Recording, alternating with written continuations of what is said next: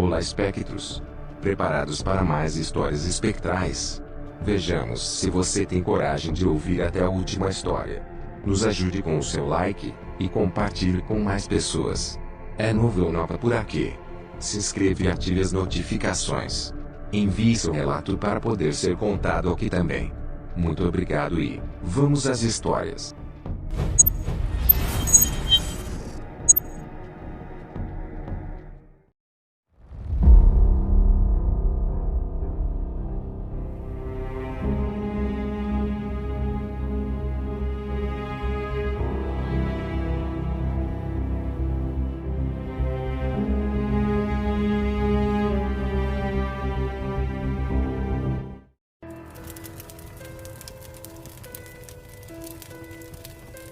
Assim que chegamos em casa, tivemos a notícia. Não era preciso nenhuma palavra a ser dita, ou nenhum sinal a ser feito. Todos sabíamos do resultado da ida de Paula ao médico. Ela estava lá, sentada em sua cadeira como de costume, olhando para o céu e pensando na vida, aos prantos, tentando evitar todo o resto do mundo. Minha família inteira estava na sala, ainda com o papel do resultado na mão, sem saber o que dizer para alegrar a Paula e sabendo que não tinha nada a se fazer. Eu me lembrei de quando éramos crianças e brincávamos de casinha, coisas de crianças. Mas era o que mais a alegrava. Ela com suas bonecas dizendo o nome de seus filhos, o futuro de cada um e o tanto que ela os amava. Era o sonho dela, desde sempre, ter 2 filhos, 2 meninos. Paula via filmes, ouvia músicas, lia livros, tudo o que estava relacionado à maternidade. E então, de repente, ao fazer 18 anos, ela recebe a notícia de que nunca poderia ter filhos. E eu não queria nem imaginar o que se passava na cabeça dela. Depois dessa notícia, a nossa vida mudou, virou de ponta cabeça.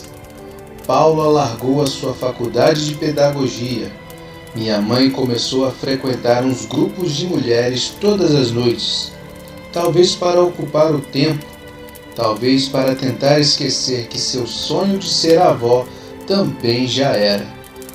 Sim, eu também não posso ter filhos. E eu, quem foi o menos afetado, continuei a minha faculdade e meu trabalho no supermercado, apenas com uma tristeza alheia compartilhada sempre que eu chegava em casa e olhava para minha mãe e para minha irmã. Eu sentia a dor delas. Lá no fundo eu conseguia sentir, e era a pior dor possível. A dor do fracasso, a dor da incapacidade, a dor de não poder fazer nada para mudar o seu destino. A dor de ver seu sonho indo embora e não ser capaz de fazer absolutamente nada. Não se pode lutar contra a natureza. Era o que eu pensava, mas infelizmente minha mãe e minha irmã pensavam diferente. E é aí que nossa história começa. Um dia eu estava chegando do trabalho, esperando encontrar minhas irmã e mãe com a mesma cara, a mesma dor de sempre, já me preparando para mostrar força. Minha única opção sempre foi me mostrar forte, mas algo estava diferente. Tudo estava diferente. Minhas mãe e irmã estavam de preto e haviam mais 5 mulheres com elas. Todas estavam sentadas conversando informalmente ao redor de uma mesa, dizendo coisas que eu não ligava. Termos de um acordo que eu não entendia, então nem me importei e fui para o meu quarto, depois de um dia exausto. Mas não conseguia parar de pensar naquela cena e possibilidades me vieram à mente. juntamente com várias perguntas. Quem eram aquelas mulheres? Porque o clima de tristeza e depressão não estavam mais dentro da minha irmã e da minha mãe?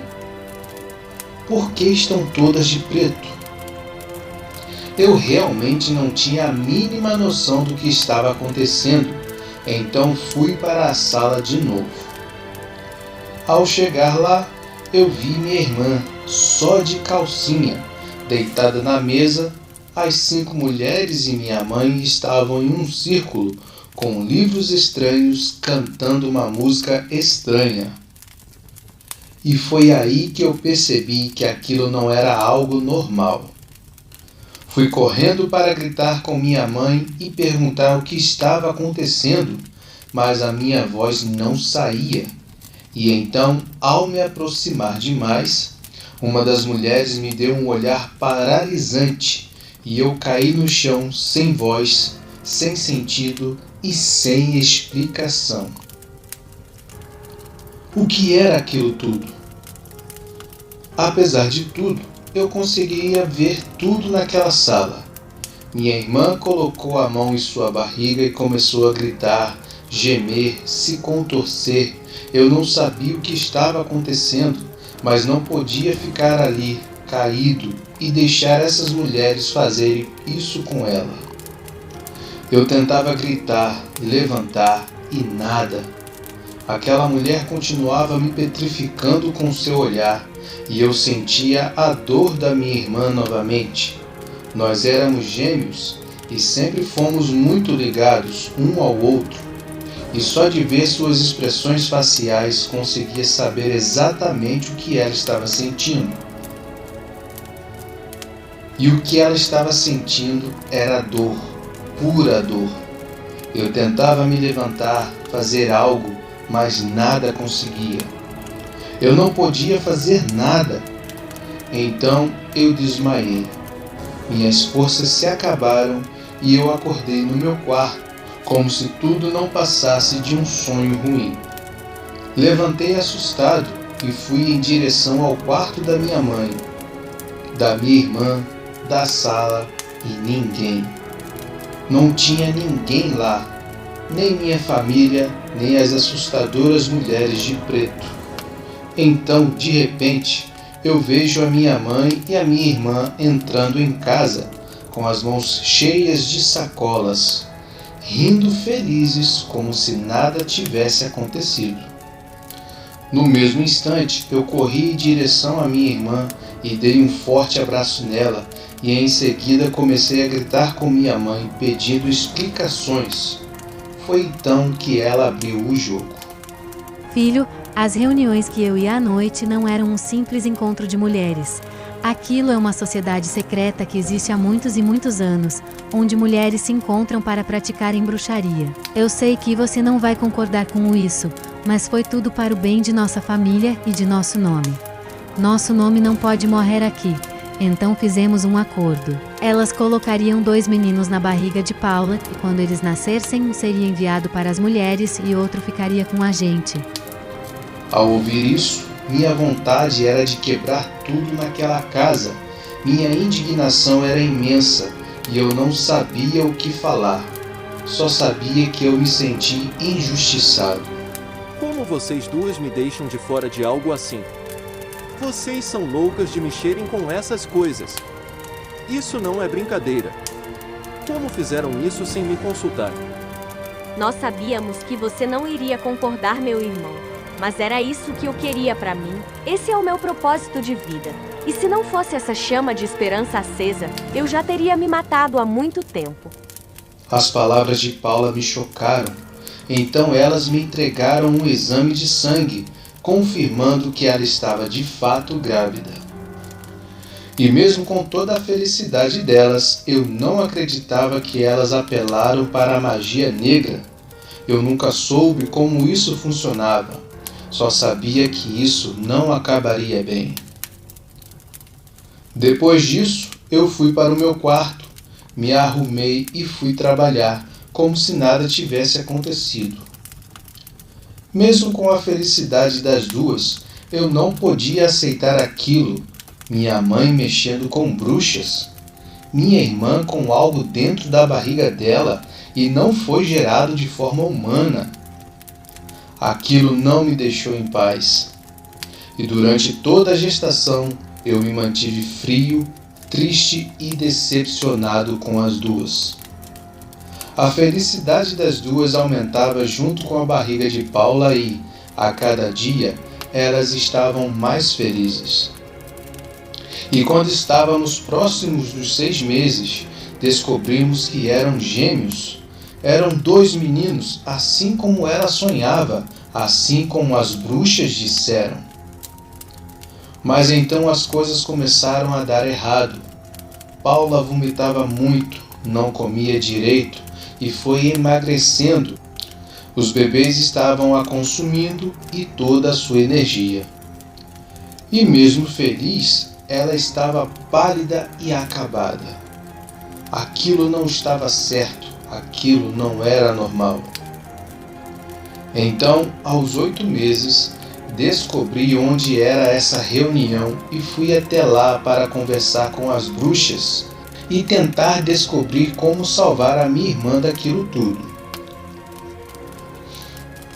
Quando cheguei lá, tudo estava vazio, parecia um galpão abandonado.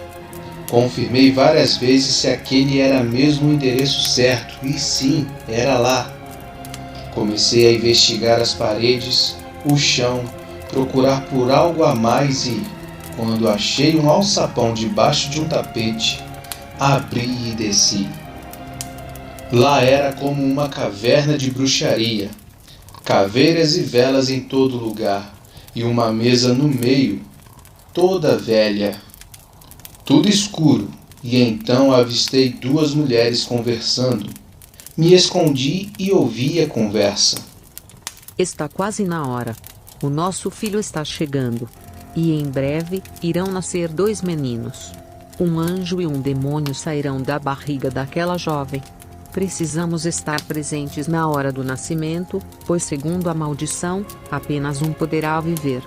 E então, mataremos o anjo e levaremos o demônio para casa. Quando ouvi isso, não podia acreditar que se referiam a Paula, mas continuei escutando. A jovem e sua mãe foram enviadas para a nossa fazenda. Lá, faremos o ritual. Mataremos o anjo assim que ele nascer. Eles são muito diferentes fisicamente. Um vai sair totalmente feio, com cicatrizes e marcas de mordidas pelo corpo. O outro será lindo como um anjo, com cabelos loiros e olhos claros. Não será difícil distingui-los. Elas então saíram e eu fui correndo para casa tentar impedir a Paula de ir para essa fazenda. Mas quando cheguei em casa, elas já tinham saído e deixado um bilhete dizendo onde era a fazenda e que eu não podia ir para lá, pois era um encontro de mulheres. Pesquisei o endereço da fazenda na hora e fui correndo para lá. No caminho, minha mente parecia que iria explodir, e eu estava totalmente atormentado com a ideia de tudo o que estava acontecendo. Mas aí, encontrei uma caminhonete vermelha, igual a da minha mãe, parada fora da pista, e ouvi vários gritos. Chegando lá, encontrei a Paula deitada na carroceria, gritando muito e dizendo: Meu Deus, que bom que você está aqui, meu irmão. As mulheres são todas loucas, tentaram me prender e vieram com facas para cima de mim. Iam abrir a minha barriga e tirar os meus filhos. Então, mamãe e eu conseguimos fugir. Estávamos indo embora, mas elas nos acharam. Eu me escondi aqui e elas levaram a nossa mãe. Os bebês estão nascendo agora e eu não sei o que fazer. Eu estava em pânico, mas sabia o que tinha que ser feito. Eu tinha que fazer o parto para minha irmã. Foi uma das coisas mais difíceis e tensas da minha vida, mas era preciso. Então comecei a tirá-los de lá e só então consegui ver o rosto dos 2 e, assim como as velhas disseram, um parecia um monstro, todo machucado, vermelho de arranhões, mordidas. Era o bebê mais feio que eu já vi. E o outro era totalmente diferente. olhos claros, cabelos loiros, parecia um anjo.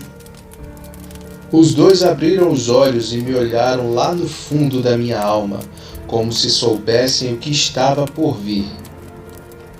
Minha irmã estava desmaiada e só eu estava lá com os dois e tendo que tomar a decisão de matar um. Eles me olhavam sem nem piscar, sabendo o que estava por vir. Então eu tirei meu canivete e, sem pensar muito, rasguei a garganta do bebê defeituoso. Ele não soltou nenhuma lágrima, nem chorou, simplesmente fechou os olhos e morreu. O outro começou a chorar histericamente e parece que todo o medo que eu sentia tinha ido embora. O bebê fechou os olhos e eu me senti mais tranquilo. Depois disso, eu sabia que tinha tomado a decisão certa. Salvei o anjo e matei o demônio. Então dirigi até a cidade com minha irmã e nos mudamos. Fomos para uma fazenda e nos refugiamos nela. Menti para Paula, dizendo que um bebê tinha nascido morto, e ela acreditou devido às complicações do parto. O menino me assustava às vezes.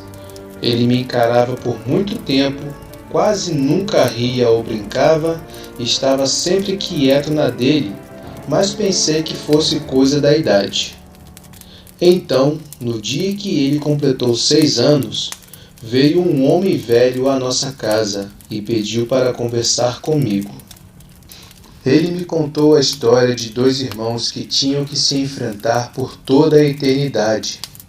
Eles foram amaldiçoados e ficavam nascendo juntos por anos, mas apenas um podia sobreviver. E ele me disse com essas palavras: Desde Caim e Abel, muitas pessoas têm que escolher qual desses 2 deve viver. Mas a maioria toma a decisão errada. Elas se baseiam na beleza, e não no olhar dos bebês. Nessa hora, a criança entrou na sala e me olhou fixamente nos olhos e se transformou em um monstro, igual ao bebê que eu tinha matado, com marcas de mordidas, arranhões, todo enrugado e vermelho. Seus olhos, totalmente vermelhos, continuavam me olhando e ele me disse: Você tomou a decisão errada. Você só tinha que olhar no fundo dos meus olhos e ver o tanto de sangue que eles têm.